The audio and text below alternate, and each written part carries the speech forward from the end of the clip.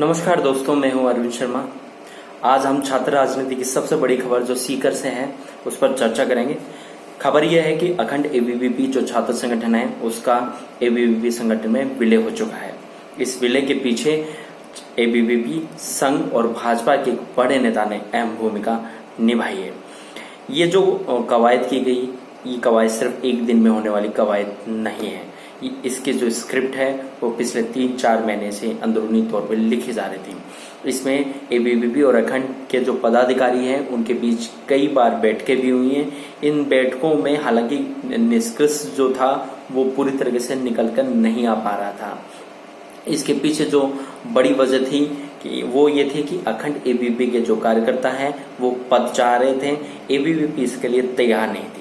या यूं कह सकते हैं कि एबीवीपी के कुछ पदाधिकारी जो है वो नहीं चाहते थे कि इन जो बगावती लोग थे इन्हें कोई एबीवीपी में बड़ा पद दिया जाए।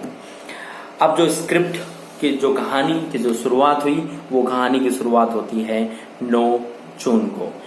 9 जून को जो है आरएसएस के का जो प्रथम वर्ष प्रशिक्षण शिविर था उसका समापन समारोह था। यहाँ पर ही भाजपा के पूर्व जिलाध्यक्ष जो एक बड़े पद पर भी तैनात हैं, उन्होंने इन कार्यकर्ताओं को ये स्क्रिप्ट लिख के दी कि उनका विलय कैसे हो सकता है। उन्होंने पूरा अंदरूनी बैकग्राउंड में रहकर ये पूरी गणित और जिसे कह सकते हैं कि पूरी की पूरी कवायद की। इस कवायद के पीछे जो मंशा थी वो ये थी कि जो एबीवीपी को इस संगठन के बनने से जो लगातार नुकसान हो रहा था, नुकसान इस वजह भी थी कि जो बड़े लीडर्स थे वो एबीवीपी से अलग हो गए थे। दूसरा बड़ा नुकसान ये था कि जो एबीवीपी का नाम है वो इस्तेमाल किया जा रहा था सिर्फ अखंड जोड़ के। तो इससे जो वोटर्स थे, जो छात्र संघ चुनाव में जो वोटर्स है वो कंफ्यूज हो रहे थे और इसका नुकसान उन्हें पिछले 2 चुनावों से हो रहा था। इस संगठन को बने हुए भी करीब करीब 2 साल हो चुके हैं।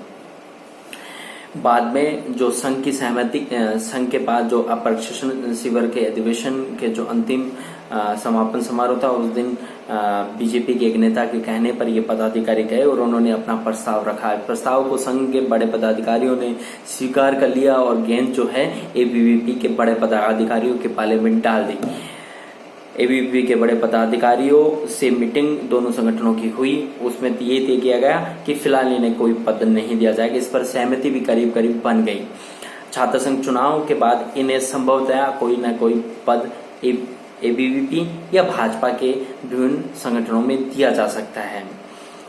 अब सवाल ये उठता है कि क्या इस मर्ज से बीजेपी जो एबीवीपी है उसको फायदा होगा?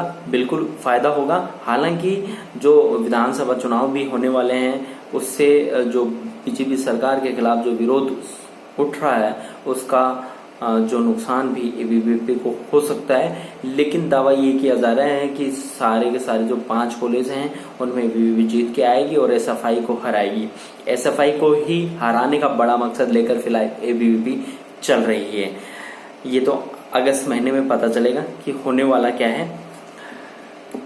ऐसे ही रोचक वीडियो देखने के लिए आप बने रहिए हमारे साथ। सब्सक्राइब कीजिए हमारे चैनल को। फेसबुक पे यदि ये वीडियो आप देख रहे हैं तो लाइक कीजिए, शेयर कीजिए। धन्यवाद।